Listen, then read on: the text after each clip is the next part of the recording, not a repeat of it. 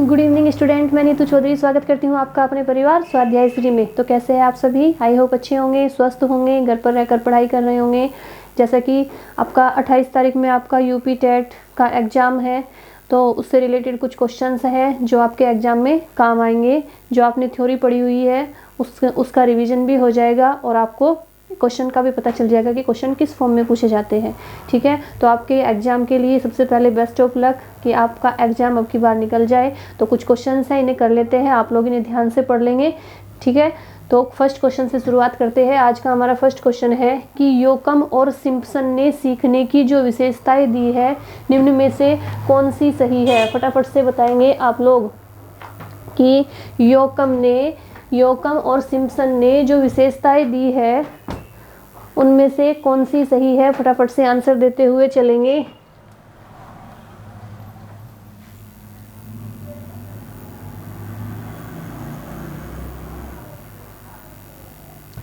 तो first option है कि सीखना संपूर्ण जीवन चलता है। बी ऑप्शन है कि सीखना अनुभवों का संगठन है। सी ऑप्शन है कि सीखना व्यक्तिगत और सामाजिक दोनों है। और डी ऑप्शन है उपरोक्त सभी, या ये चारों के चारों सही है। फटाफट से आंसर देंगे आप लोग। योकम और सिम्पसन ने सीखने की जो विशेषताएं बताई है उनमें से कौन कौन सी सही है? सीखना संपूर्ण जीवन चलता है, ये भी बिल्कुल सही है। सीखना अनुभवों का संगठन है, ये भी बताया है उन्होंने। और सीखना व्यक्तिगत और सामाजिक दोनों है। तो ऑप्शन क्या हो जाता है? ऑप्शन डी हमारा राइट आंसर हो जाता है। फटाफट से नेक्स्ट क्वेश्चन पे चलेंगे, आंसर लगाते हुए चलेंगे। 30 क्वेश्चन कंप्लीट करने की कोशिश करेंगे। सेकंड क्वेश्चन है हमारा कि सीखने के व्यक्तिगत कारकों में निम्नलिखित में से कौन सा सम्मिलित नहीं है? फटाफट से बताएंगे।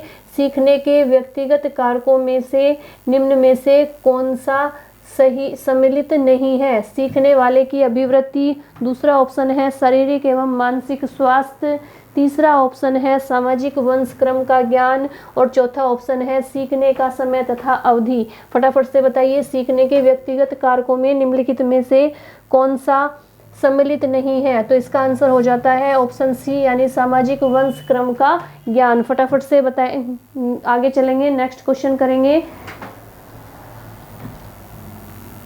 3 नंबर क्वेश्चन है हमारा कि प्रेरणा विद्यार्थी में रुचि उत्पन्न करने की कला है। प्रेरणा विद्यार्थी में रुचि उत्पन्न करने की कला है ऐसी रुचि जो या तो छात्र में है, या छात्र में है ही नहीं, या इस रुचि का उसमें आभास ही नहीं है। निम्न कथन किस विद्वान द्वारा दिया गया था? वुडवर्थ द्वारा, थॉमसन के द्वारा, बर्नार्ड के द्वारा, या ये सभी गेट्स, ये सभी नहीं है यहाँ पे। ठीक है, गेट्स के द्वारा, किसके द्वारा? वुडवर्थ के द्वारा, थॉमसन के द्वारा, बर्नार्ड के द्वारा, या गेट्स के द्वारा? फटाफट से बताएंगे इसका आंसर क्या हो जाता है। तो ये कथन दिया था थॉमसन ने। किसने दिया था? यानी बी ऑप्शन इसका राइट आंसर हो जाता है। नेक्स्ट क्वेश्चन देखेंगे, 4 नंबर क्वेश्चन कि मनोवैज्ञानिकों के अनुसार अभिप्रेरणा चक्र के क्रमिक कदम निम्नलिखित में से कौन सा है? अभिप्रेरणा चक्र का जो क्रमिक कदम निम्नलिखित में से कौन सा है? आवश्यकता है, अंतर्नोद है, या प्रोत्साहन या लक्ष्य है, या ये सभी है? फटाफट से बताइए। मनोवैज्ञानिकों के अनुसार अभिप्रेरणा चक्र का क्रमिक कदम निम्नलिखित में से कौन सा है? तो आवश्यकता भी है, अंतर्नोद भी है, प्रोत्साहन भी है, और ऑप्शन क्या होगा फिर हमारा? ऑप्शन हो जाता है ये सभी, यानी डी ऑप्शन इसका राइट आंसर हो जाता है। फटाफट से नेक्स्ट क्वेश्चन पे चलेंगे।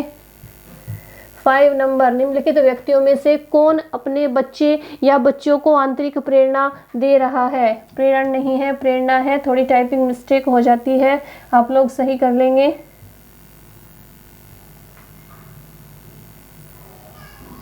क्या है ये? प्रेरणा। ठीक है, फादर रॉबर्ट। ऑप्शन कौन कौन से है? फादर रॉबर्ट अपनी कक्षा के उन बच्चों को चॉकलेट देते हैं जो अच्छा व्यवहार करते हैं। ऑप्शन बी है अगली कक्षा में कक्षोन्नति पाने पर नंद कुमार अपने पुत्र को कहानी की पुस्तकें देते हैं। तीसरा ऑप्शन है अपने पुत्र के जन्मदिन पर गिरिजेश कुमार दावत देते हैं। या चौथा ऑप्शन है विज्ञान विषयों में सर्वोत्तम अंक पाने पर राकेश कुमार अपने पुत्र की प्रशंसा करते हैं। फटाफट से बताएंगे इसमें से कौन सा आंसर हो जाता है। तो डी ऑप्शन इसका राइट आंसर हो जाता है, यानी विज्ञान विषयों में सर्वोच्च अंक पाने पर राकेश कुमार अपने पुत्र की प्रशंसा करते हैं। ठीक है, नेक्स्ट क्वेश्चन देखेंगे।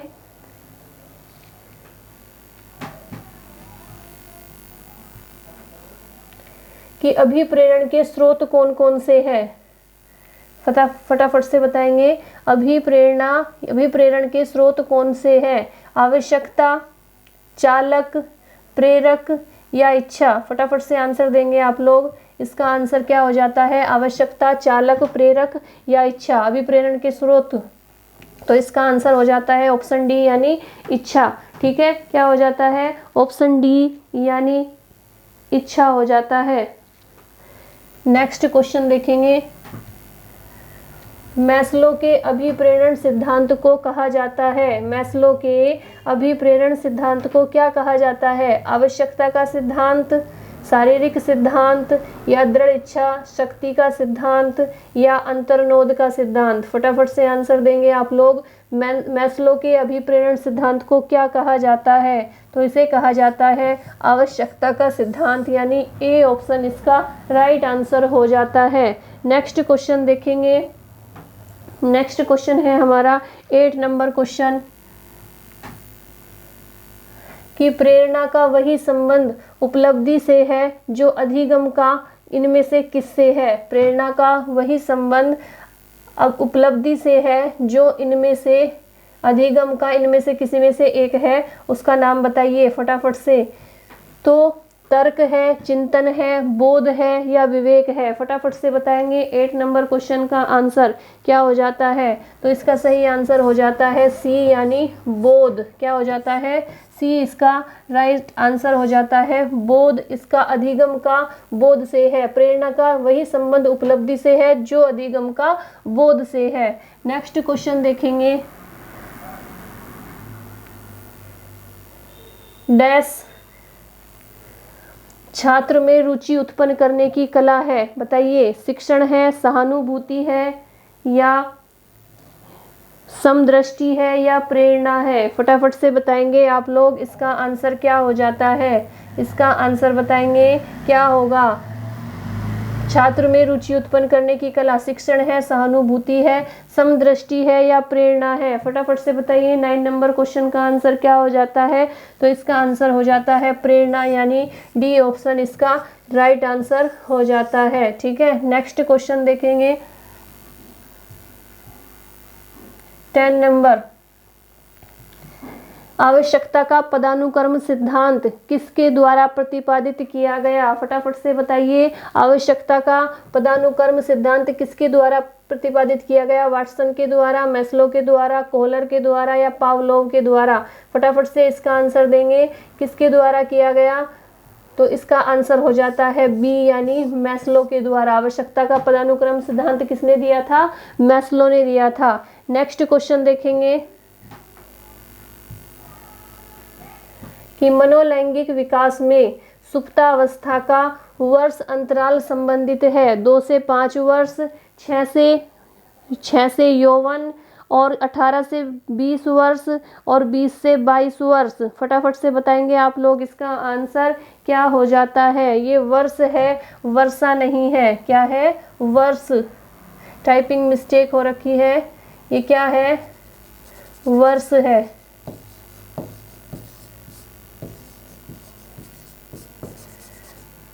तो मनोलैंगिक विकास में सुप्तावस्था का वर्ष अंतराल कितना है। 2 से 5 वर्ष है, 6 से यौवन तक है, 18 से 20 वर्ष तक है या 20 से 22 वर्ष तक है। फटाफट से बताएंगे। इसका आंसर हो जाता है बी यानी 6 से यौवन तक। नेक्स्ट क्वेश्चन देखेंगे 12 नंबर क्वेश्चन। परिवेश की वस्तु जिसे प्राणी प्राप्त करने का प्रयास करता है कही जाती है। परिवेश की वस्तु जिसे प्राणी प्राप्त करने का प्रयास करता है कही जाती है। क्या कही जाती है? प्रबलन कही जाती है, प्रेरक कही जाती है, उद्दीपक कही जाती है या प्रलोभन कही जाती है। फटाफट से इसका आंसर देंगे। क्या कही जाती है? उद्दीपक, प्रबलन, प्रेरक या प्रलोभन। तो इसका आंसर हो जाता है बी, यानी प्रेरक कही जाती है। क्या कही जाती है? प्रेरक कही जाती है। नेक्स्ट क्वेश्चन देखेंगे 13 नंबर। अधिगम के प्रकरण में अभिप्रेरण, अधिगम के प्रकरण में अभिप्रेरण सीखने वालों की स्मृति को तेज बनाता है। बी ऑप्शन है पुराने अधिगम से नए अधिगम को विभेदित करता है।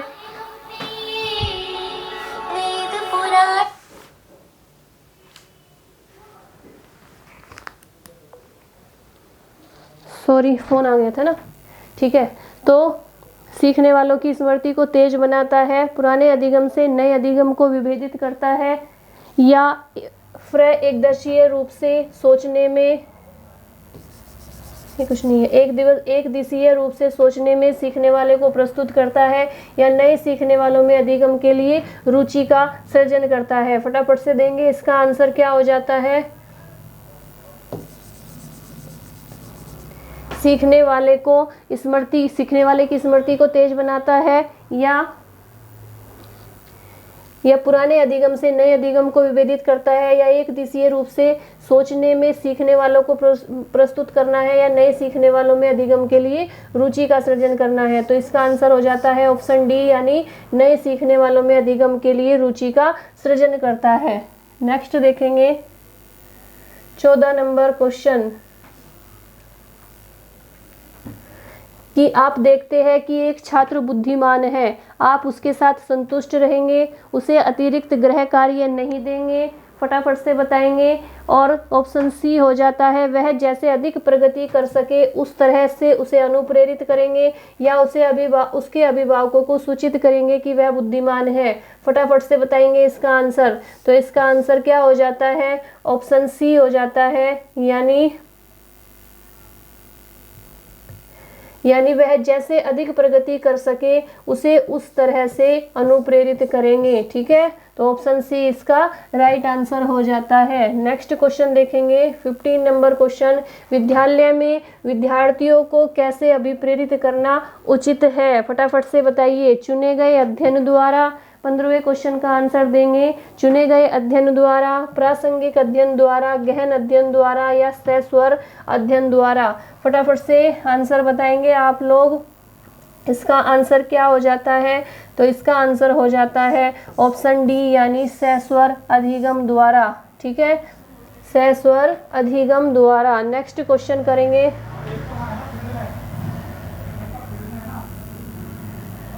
16। एक आंतरिक बल जो प्रोत्साहित करता है और व्यवहार परक प्रतिक्रिया के लिए बाध्य करता है। एक आंतरिक बल जो प्रोत्साहित करता है और व्यवहार परक प्रतिक्रिया के लिए बाध्य करता है एवं उस प्रतिक्रिया को विशिष्ट उपलब्ध कराता है। फटाफट से बताएंगे।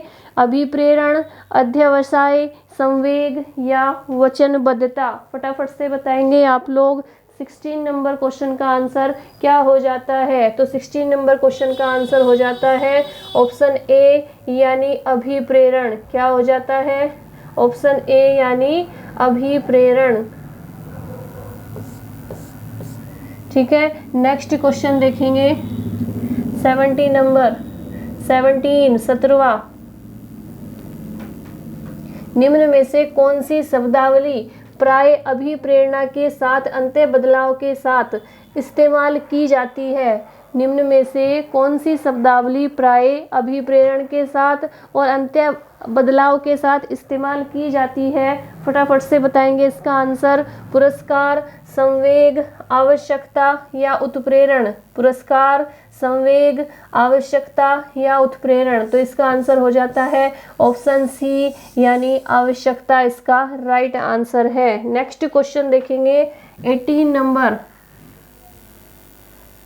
प्रेरणाएं अनुभूतियों से संतुष्टिकरण की आवश्यकताओं तक पहुंचने को संबोधित करती है। प्रेरणाएं अनुभूतियों से संतुष्टिकरण की अवस्थाओं तक पहुंचने की को संबोधित करती है। प्रभावी, भावात्मक, संरक्षण उन्मुखी या सुरक्षा उन्मुखी। फटाफट से बताएंगे 18वें यानी 18 नंबर क्वेश्चन का आंसर क्या हो जाता है? प्रभावी, भावात्मक, संरक्षण उन्मुखी या सुरक्षा उन्मुखी, यानी बी इसका राइट आंसर हो जाता है, यानी भावात्मक। भावात्मक इसका राइट आंसर है। 19 नंबर क्वेश्चन देखेंगे।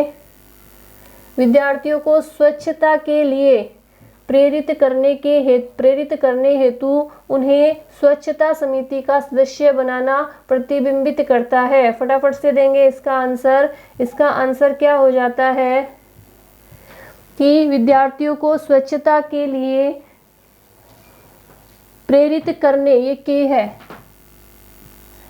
प्रेरित करने हेतु उन्हें स्वच्छता समिति का सदस्य बनाना प्रतिबिंबित करता है। प्रेरणा की सामाजिक सांस्कृतिक संकल्पनाएं, प्रेरणा का व्यवहारवादी उपागम, प्रेरणा का मानवतावादी उपागम या प्रेरणा का संज्ञानात्मक उपागम। तो इसका आंसर हो जाता है ऑप्शन ए, यानी प्रेरणा की सामाजिक सांस्कृतिक संकल्पनाएं। फटाफट से आंसर देते हुए चलेंगे। नेक्स्ट क्वेश्चन आता है हमारा 20 नंबर क्वेश्चन।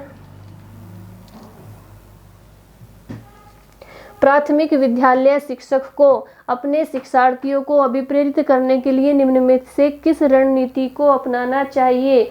बताइए इसका आंसर क्या हो जाता है कि प्रत्येक गतिविधियों के रूप में प्रोत्साहन, पुरस्कार और दंड का उपयोग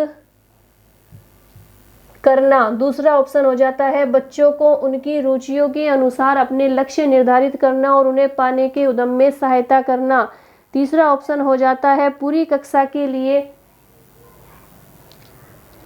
मानक लक्ष्य निर्धारित करना और उनकी उपलब्धि के आकलन के लिए कठोर मानदंड निर्धारित करना। और चौथा ऑप्शन हो जाता है प्रत्येक विद्यार्थी में अंक लाने के लिए स्पर्धा को प्रोत्साहित करना। तो फटाफट से बताइए इसका आंसर क्या हो जाता है? तो इसका आंसर हो जाता है option B is the right answer, यानी बच्चों को उनकी रुचियों के अनुसार अपने लक्ष्य निर्धारित करना और उन्हें पाने के उद्यम में सहायता करना। नेक्स्ट क्वेश्चन देखेंगे 21। सीखने की प्रक्रिया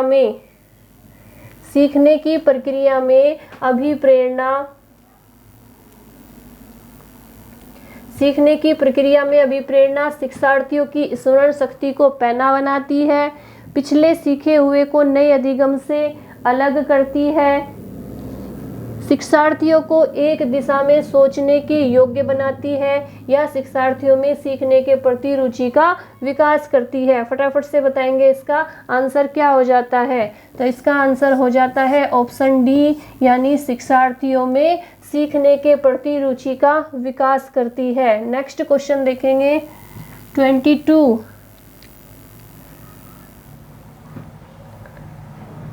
डैश को एक अभिप्रेरित शिक्षण का संकेतक माना जाता है, यानी किसको एक अभिप्रेरित शिक्षण का संकेतक माना जाता है? बताएंगे आप लोग।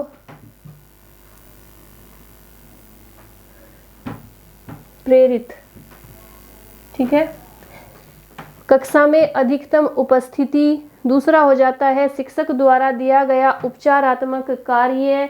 तीसरा हो जाता है विद्यार्थियों द्वारा प्रश्न पूछना और चौथा हो जाता है कक्षा में एकदम खामोशी। बताइए इसका आंसर क्या हो जाता है? तो इसका आंसर हो जाता है ऑप्शन सी, यानी विद्यार्थियों द्वारा प्रश्न पूछना। नेक्स्ट क्वेश्चन देखेंगे 23 नंबर कि अधिगम के प्रक्रम में अभिप्रेरणा क्या है? अधिगम के प्रक्रम में अभिप्रेरणा सीखने वालों की स्मृति को तेज बनाता है। फटाफट से बताएंगे। पुराने अधिगम से नए अधिगम को विभेदित करता है। ऑप्शन सी है एक दिशीय रूप से सोचने में सीखने वाले को प्रस्तुत करता है। और ऑप्शन डी है नए सीखने वालों में अधिगम के लिए रुचि का सृजन करता है। तो इसका आंसर क्या हो जाता है? ऑप्शन डी इसका राइट आंसर हो जाता है। ठीक है। नेक्स्ट क्वेश्चन देखेंगे 24। विद्यार्थी द्वारा गणित की कक्षा में सीखी गई अवधारणा का उपयोग भूगोल की कक्षा में किया जाता है। यह उदाहरण है सकारात्मक अंतःकरण का, नकारात्मक अंतःकरण का, शून्य अंतःकरण का या उपरोक्त में से कोई नहीं। फटाफट से देंगे, इसका आंसर क्या हो जाता है? सकारात्मक अंतःकरण का, नकारात्मक अंतःकरण का, शून्य अंतःकरण का या उपरोक्त में से कोई नहीं। तो इसका आंसर हो जाता है हमारा ऑप्शन सी यानी शून्य अंतःकरण का। 25 नंबर क्वेश्चन देखेंगे 25। कोई शिक्षिका अपने विद्यार्थियों को क्या कहे कि उन्हें भीतरी प्रेरणा के साथ कार्य करने के लिए प्रोत्साहित कर सके। बताइए फटाफट से, इसका आंसर क्या हो जाता है कि कोई शिक्षिका अपने विद्यार्थियों को क्या कहे कि उन्हें भीतरी प्रेरणा के साथ कार्य करने के लिए प्रोत्साहित कर सके। ऑप्शन ए है कि तुम उसके जैसे क्यों नहीं हो सकते, ऐसा कहना है। देखो उसने इसे एकदम ठीक कर दिया। दूसरा ऑप्शन है कि काम जल्दी पूरा करो तो तुम्हें एक टॉफी मिलेगी। तीसरा ऑप्शन है कि इसे करने की कोशिश करो, तुम सीख जाओगे। और चौथा ऑप्शन है कि चलो इसे उसके करने से पहले समाप्त कर लो। तो बताएंगे फटाफट से, इसका आंसर क्या हो जाता है? तो इसका आंसर हो जाता है ऑप्शन डी यानी चलो इसे उसके करने से पहले समाप्त कर लो। ठीक है, ऑप्शन डी इसका राइट आंसर हो जाता है। नेक्स्ट क्वेश्चन देखेंगे 26। कोई शिक्षिका अपने विद्यार्थियों को अध्ययन करने हेतु आंतरिक रूप से उत्प्रेरित करने के लिए कैसे प्रोत्साहित कर सकती है?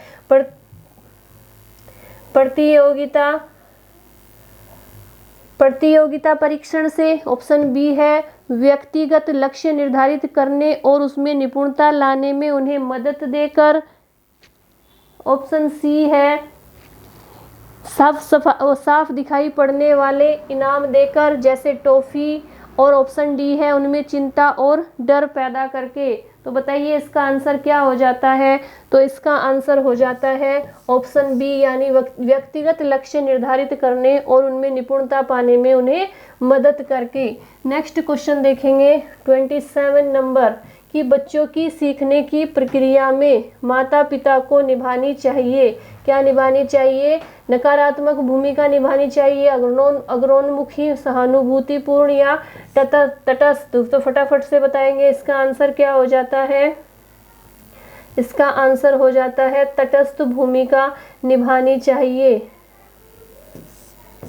ठीक है, नेक्स्ट क्वेश्चन देखेंगे 28 को अनुप्रेरित शिक्षण के एक संकेत के रूप में विवेचित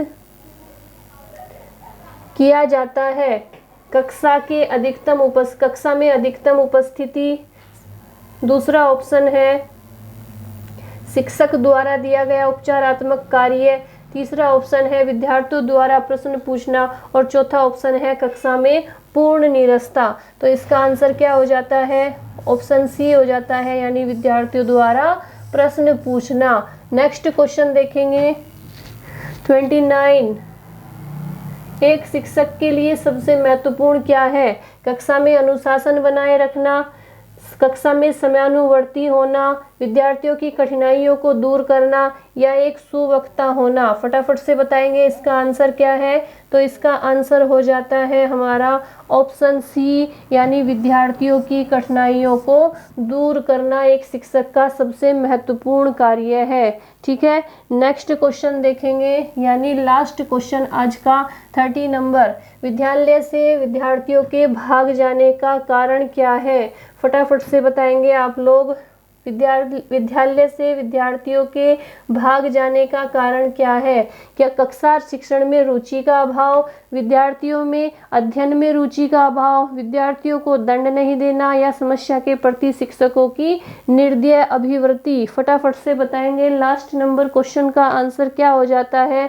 तो इसका आंसर हो जाता है ऑप्शन डी यानी समस्या के प्रति शिक्षकों की निर्दय अभिवृत्ति। तो ये हमारे कितने क्वेश्चन हो जाते हैं? 30 क्वेश्चन कंप्लीट हो जाते हैं।